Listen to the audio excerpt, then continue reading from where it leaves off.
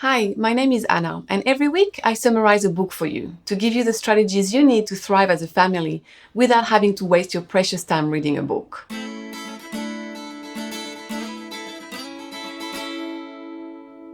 And if you are enjoying these videos, please subscribe to my channel, like and comment on these videos. Engagement is what helps promote my work here on YouTube, and I really do appreciate it.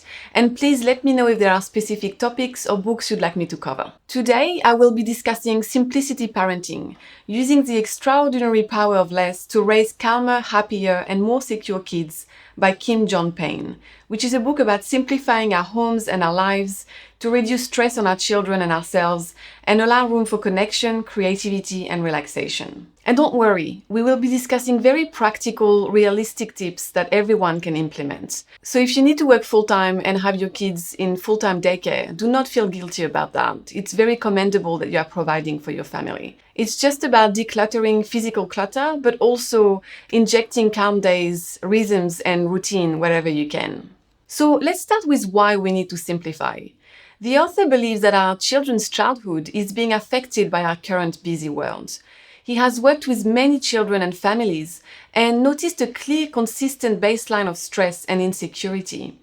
And these little everyday stresses accumulated in these kids' lives to the point that they adopted compensatory behaviors as coping mechanism. And this isn't referring to normal everyday stresses that can actually benefit children by increasing their resilience. This is referring to stress that is damaging because it is either too large or too constant to move beyond. They interfere with concentration, with the need for calm and security that is so important in childhood, but for anyone's mental health really. And neurologists have observed that the result of this is an overdevelopment of the amygdala in our kid's brain. And we already looked at the child's brain when we did the summary of the whole brain child. So if you want to learn more about this, I will leave a link up here.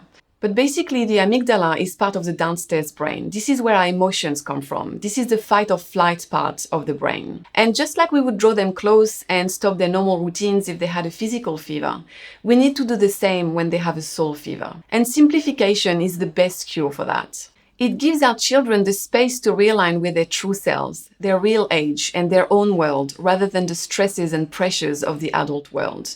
And most children can reset their emotional clock given just 2 or 3 quiet days. And it can be as simple as having a quiet weekend after a busy week, or allowing your school-age kid to take a mental health day, which is a day of school at home. Children emerge from a soul fever stronger, with greater resiliency. They will learn that things get better and that you care enough to support them through it. So in a nutshell, simplification allows us to gain clarity. It's basically removing physical and mental distractions and clutter to bring more mindfulness to our lives. It's not just about taking things away, it's about creating space, making room so you pay attention to each other, you deepen your connection with your kids, and you can refocus and realign with your family values and what matters to you as a family. And the ultimate goal is to protect the environment of childhood's slow, essential discovery of the world and a sense of self. The good news is that there are many things we can do as parents to protect our kids' childhood. There are 4 levels of simplification that we will go through: the environment, rhythms, schedules, and filtering the adult world. Let's start with the environment. The home environment is the easiest place to begin simplifying for most families. Very simple changes gradually incorporated into a home can produce dramatic shifts in a family's emotional climate. Let's talk about toys first. I know this is a sore point for a lot of families, and this is something we definitely need to declutter ongoing. Because even with the best of intentions, we always seem to be bringing more into our homes, whether it's because of Christmas presents or birthday presents. And I don't know about you, but in my family, we always unintentionally end up with a lot of plastic small toys everywhere, especially from birthday party bags. Toys are everywhere, and advertisers have become very smart at targeting children directly. Everywhere you go, there are toys and sweets at your children's eye level at the counter. And advertisers would have us believe that children do not have any inner life at all, except that which toys can provide. And that couldn't be further from the truth. Too many toys actually deprive a child of their imagination and creativity. A smaller, more manageable quantity of toys invites deeper play and engagement. Because creativity is not in the things themselves, it is about what imaginary world our kids can create with them. I'm sure you've all noticed that the best toys for babies are actually not toys.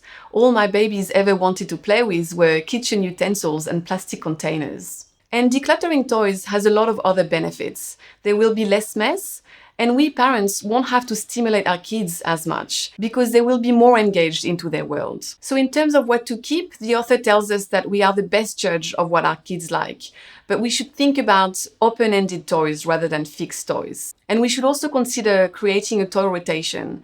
And for every toy that re-enters the room, one must be put back in storage. And the toys that need to be discarded or donated are toys that are broken, toy multiples, toys that are developmentally inappropriate for your kids, toys that do too much and break easily, and very high stimulation toys. The author tells us to declutter when the kids aren't home, and I agree with that for younger kids. But I would like to add that for kids that are 6 years old and above, the best thing to do is to actually discuss it with them, or to at least put the toys away in the garage and wait a few weeks before discarding, just in case your child asks you for something specific back. I feel that this is a respectful thing to do. The second form of excess in the house is often books. And this is definitely true in our house because we speak 3 languages, so we definitely have way too many books. The author tells us that we only need a dozen books because reading the same story over and over again is actually very important for young kids because it gives them a sense of security and assurance. I'm sure you've noticed it with your own kids that they often just want to reread the same story every night. The solution that I've found is to enroll in local libraries, and I've been very lucky to find 2 different libraries where I can borrow English books and French books. So try to see if you can find local libraries like this, or even simply trying to do a book exchange with friends or your local community. Clothes is another form of excess, and when you simplify clothes, you actually simplify your daily life. And this has definitely been true in our house. I actually only do about 2 or 3 loads of laundry per week, and we are a family of 5. It's about reducing the number of clothes available to your child to a manageable, accessible, and streamlined mix. And the good news is that by simplifying clothes, you actually ease transitions because your child won't struggle as much as there won't be an overwhelming choice to make every morning. Again, this is an ongoing process as clothes need to be donated if they no longer fit or need to be put in storage if they aren't in season. I didn't see this one coming, but the author also says that simplifying smells and light is also very important, especially in our kids' bedroom. And the last thing the author invites us to simplify within the home environment is food. We need to limit choice and complexity. The second level of simplification is about rhythms. Increasing the rhythm of our home life is actually one of the most powerful ways of simplifying our children's lives. It gives them greater predictability and transparency, and in turn, it gives them a greater sense of security because they know what's coming. Rhythm establishes a foundation of cooperation and connection. When there is established rhythm, there is much less need for parents to argue, less effort, and fewer problems around transitions. A sense of rhythm also makes us parents calmer too, because we don't feel like we are pulled in every direction. So how can we increase rhythm into our home life?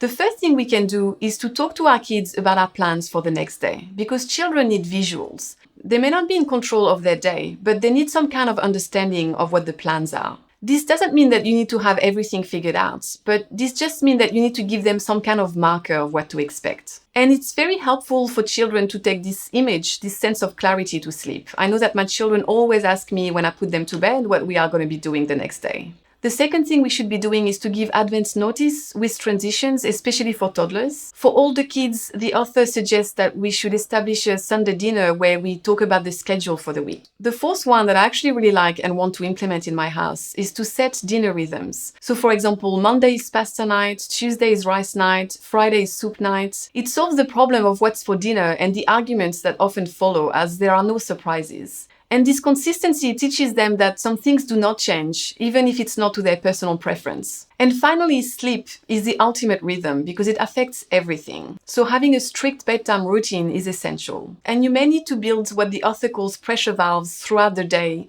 to help your child decompress and actually fall asleep at night. So this may be an after-school ritual like quiet time or having a snack together. And bedtime stories are also great pressure valves. The third level of simplification is about schedules. And it's about the dangers of overscheduling our children. Overall, there is less free time for kids today.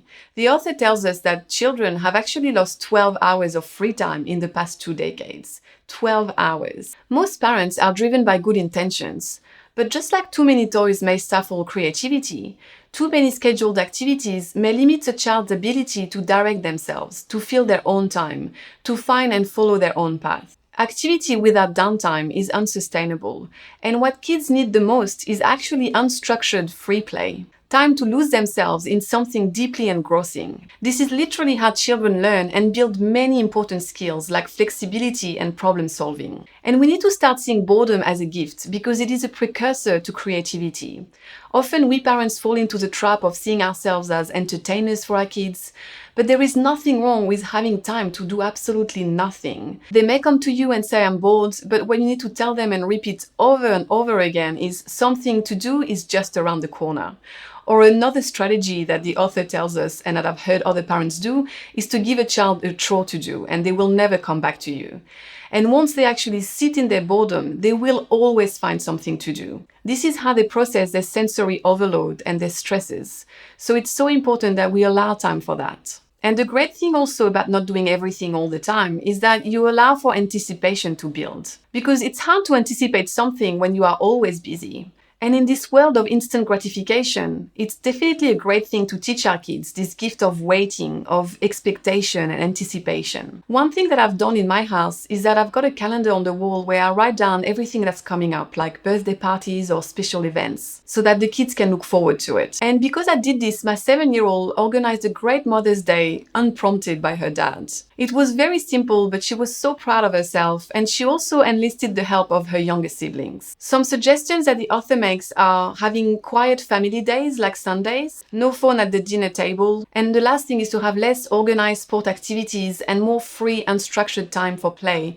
especially for under 8 years old. The last element of simplification is about filtering out the adult world. We can do this by simplifying screens in our home, whether it's computer, TV, video games, iPads. When we simplify screens, we simplify the all-day, everyday rush of information and stimulation pouring into our homes. Of course, simplifying screens takes creativity and commitment, especially with older kids, and your roles can evolve as your children grow. We should also reduce our own exposure to media and news because children feed off their parents' emotions, so if you are stressed and anxious, they will pick up on it. Another thing we should do is to avoid discussing adult matters in front of our kids. They should only learn and see things that are developmentally appropriate. And the last thing, which is something that I'm working on, is to talk a lot less. We need to give our kids the space to have their own thoughts and ask their own questions.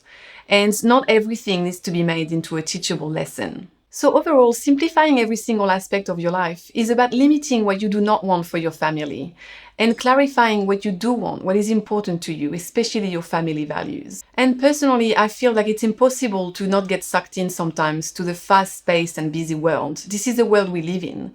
So simplifying is not something you do once and you're set for life. It is a tool that you use over and over again as needed to reset your family into balance. That's it for today. Here is a summary of the book so you can take a screenshot on your phone. And if you have enjoyed this video, please leave me a like and please leave me a comment and introduce yourself. I'd love to hear from you. Thanks for watching and keep growing.